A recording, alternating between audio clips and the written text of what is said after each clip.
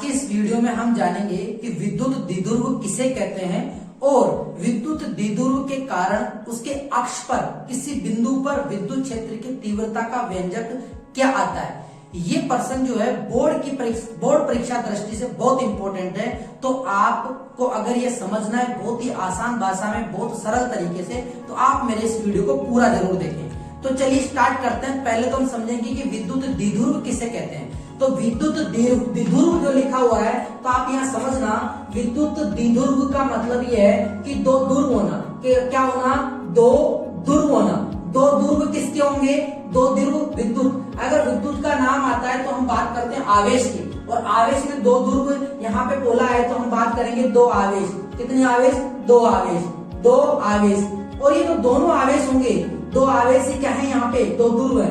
ये दो आवेश जो है, एक है प्लस का, एक किसका है? प्लस का, और एक किसका है? माइनस का। ये दोनों जो आवेश है परिमाण में तो समान है, परिमाण में तो क्या है? समान, यानी ये भी क्यू है और ये भी क्यू है, यानी परिमाण में तो समान है, लेकिन इनकी प्रकृति विपरीत है। लेकिन इनकी प्रकृति क्या है? विपरीत, यानी ये प्लस का है और ये माइनस का है। ये प्लस का है और ये माइनस का है, और ये दोनों आवेशों को एक अल्पतम दूरी पर रख दिया जाता है। एक अल्पतम दूरी पर रख दिया जाता है। अल्पतम दूरी का मतलब बहुत ही कम दूरी होती है, उस पर रख दिया जाता है। अल्पतम दूरी को हम लिखेंगे 2a। क्या लिखेंगे? 2a, यानी ये अल्पतम दूरी जो है उसको हम मान लेते हैं 2a। ये हम अपनी सुविधा के लिए मानते हैं 2a, क्योंकि जब हम डेरिवेशन करते हैं तो वहां पर हमें 2a लेने से बहुत सुविधा होती है। न्यूमेरिकल डेरिवेशन को हल करने में बहुत सरलता आ जाती है, इसलिए हम यहाँ पे इनके बीच की दूरी को 2a, कहीं कहीं किताबों में आपको l लिखा हुआ या फिर a लिखा हुआ भी मिलता है, लेकिन हम यहाँ पर क्या मानेंगे? इनके बीच की दूरी को 2a। और हम इस विद्युत द्विध्रुव के बीच में एक मध्य बिंदु मान लेते हैं, और उस मध्य बिंदु को नाम दे देते हैं O। क्या नाम दे देते हैं? O। तो इसका मतलब है यहां से लेकर यहां तक की जो दूरी होगी वो तो कहलाएगी A। यहां से लेकर यहां तक की दूरी A, और यहां से लेकर यहां तक की दूरी भी क्या कहलाएगी? A। इसका मतलब है इसके दो भाग हो गए, पहला भाग भी A और दूसरा भाग भी A। इन दोनों को जोड़ेंगे तो क्या बन जाएगा?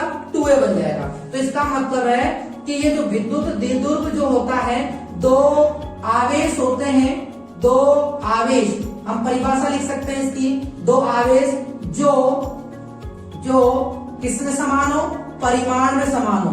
दो आवेश जो परिमाण में समान, परिमाण में क्या हो? समान, परिमाण में समान हो, लेकिन क्या हो? विपरीत प्रकृति के।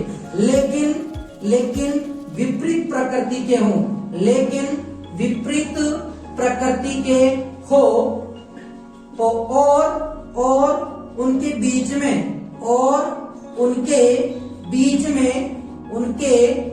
में अल्पतम दूरी हो। क्या हो?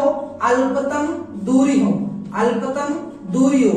ऐसी व्यवस्था को ही क्या बोलेंगे? ऐसी व्यवस्था को ही क्या बोलेंगे? विद्युत द्विध्रुव बोलेंगे। ऐसी व्यवस्था को विद्युत द्विध्रुव कहते हैं। क्या कहते हैं? विद्युत द्विध्रुव कहते हैं। तो आप लोगों को समझ में आ गया होगा कि विद्युत द्विध्रुव किसे कहते हैं। विद्युत द्विध्रुव का मतलब है दो आवेश जो परिमाण में तो समान हो, लेकिन विपरीत प्रकृति के हो, और अल्पतम दूरी पर स्थित हो। अल्पतम दूरी पर स्थित हो। इस पूरे समूह को, यानी इस व्यवस्था को अपन क्या बोलते हैं? विद्युत द्विध्रुव कहते हैं। तो आप अच्छी तरीके से इसकी परिभाषा समझ लेना, क्योंकि एक नंबर में आपको ये जरूर देखने को मिलेगा, आपसे पूछा जा सकता है कि विद्युत द्विध्रुव किसे कहते हैं। तो मैं आशा करता हूं कि आपको ये परिभाषा समझ में आ गई होगी। चलते हैं आगे चलते हैं। विद्युत द्विध्रुव को हम जो यहाँ पे लिखा है ये +2, यहाँ आगे हम बात करते हैं कि विद्युत द्विध्रुव जो है उसके कुछ उदाहरण भी हम जान लेते हैं। जैसे मैं उदाहरण की बात करता हूँ कि विद्युत द्विध्रुव का कोई उदाहरण हो तो वो बताओ, तो मैं आपको उदाहरण बताता हूँ। जैसे कि NaCl, HCl, ये तो दोनों एक तरीके से विद्युत द्विध्रुव की तरह कार्य करते हैं। बताओ कैसे? देखो, NaCl को अगर आप ब्रेक करोगे तो ये बन जाएगा Na+ और ये बन जाएगा Cl-, Na+ और ये Cl-। तो इसका मतलब है, यानी इस पर जो आवेश है वो विपरीत प्रकृति के हैं, लेकिन समान है। लेकिन क्या है? समान है, क्योंकि इस पर भी एक आवेश धनावेश है, एक ऋणावेश है, और इनके बीच में कुछ अल्पतम दूरी है, जैसे कि 2 है। हम कह सकते हैं कि NaCl जो है एक विद्युत द्विध्रुव की तरह कार्य कर रहा है और HCl भी इसी तरीके से विद्युत द्विध्रुव की तरह कार्य करेगा। तो हमने विद्युत द्विध्रुव के उदाहरण भी समझ लिए, एक NaCl होता है और एक HCl होता है। तो इस तरीके से हमने उदाहरण से भी विद्युत द्विध्रुव की परिभाषा समझ ली और विद्युत द्विध्रुव क्या होता है। अब इसके आगे हम ये जानेंगे कि विद्युत द्विध्रुव के कारण उसके अक्ष पर विद्युत क्षेत्र की तीव्रता कितनी आती है, विद्युत क्षेत्र की तीव्रता कितनी आती है, इसके बारे में जानेंगे। तो मैं आपको पहले बता देता हूं कि विद्युत क्षेत्र की तीव्रता का सूत्र क्या होता है। यानी विद्युत क्षेत्र की तीव्रता का जो सूत्र आता है, जनरली किसी बिंदु आवेश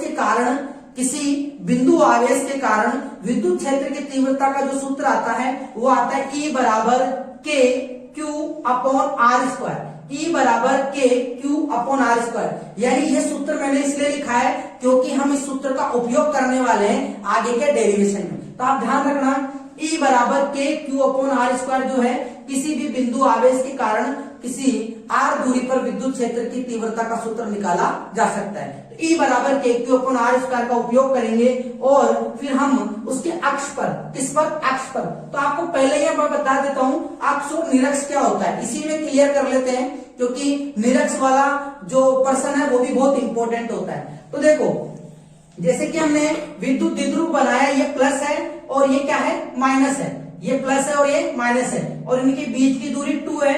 ये व्यवस्था क्या कहलाएगी, ये व्यवस्था विद्युत द्विध्रुव है। तो देखो, अक्ष के लिए बोले आपको, तो अक्ष का मतलब है इस द्विध्रुव की लाइन से, इस द्विध्रुव की लाइन से जाने वाली लाइन जो है, इससे गुजरने वाली जो लाइन है वो कहलाएगी अक्ष वाली लाइन। कौन सी लाइन कहलाएगी, अक्ष वाली लाइन।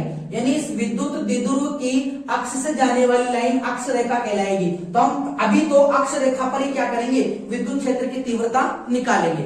निरक्ष क्या होता है, देखो निरक्ष का मतलब है कि विद्युत द्विध्रुव का अक्ष तो यह हो गया, तो निरक्ष का मतलब इसके परपेंडिकुलर इस विद्युत द्विध्रुव के परपेंडिकुलर अगर अपन लाइन खींच देंगे तो ये क्या कहलाएगा, निरक्ष कहलाएगा। क्या कहलाएगा, निरक्ष कहलाएगा। तो निरक्ष का जो डेरिवेशन है वो अपन नेक्स्ट वीडियो में जानेंगे। इस वीडियो में तो अपन क्या जानेंगे, अक्ष के ऊपर विद्युत क्षेत्र की तीव्रता कितनी आती है। तो मैं आपको पहले ही सूत्र बता देता हूं कि विद्युत क्षेत्र की तीव्रता अक्ष पर विद्युत द्विध्रुव के कारण कितनी आती है, वो सूत्र आप पहले जान लो। E बराबर 2kp upon r³, 2kp upon r³। यानी एग्जाम में आपसे ऐसे भी पूछा जा सकता है कि सिद्ध कीजिए कि विद्युत द्विध्रुव के कारण उसके अक्ष पर विद्युत क्षेत्र की तीव्रता का सूत्र E बराबर 2kp अपॉन r³ होता है। तो आपसे ऐसे भी पूछा जा सकता है। तो आप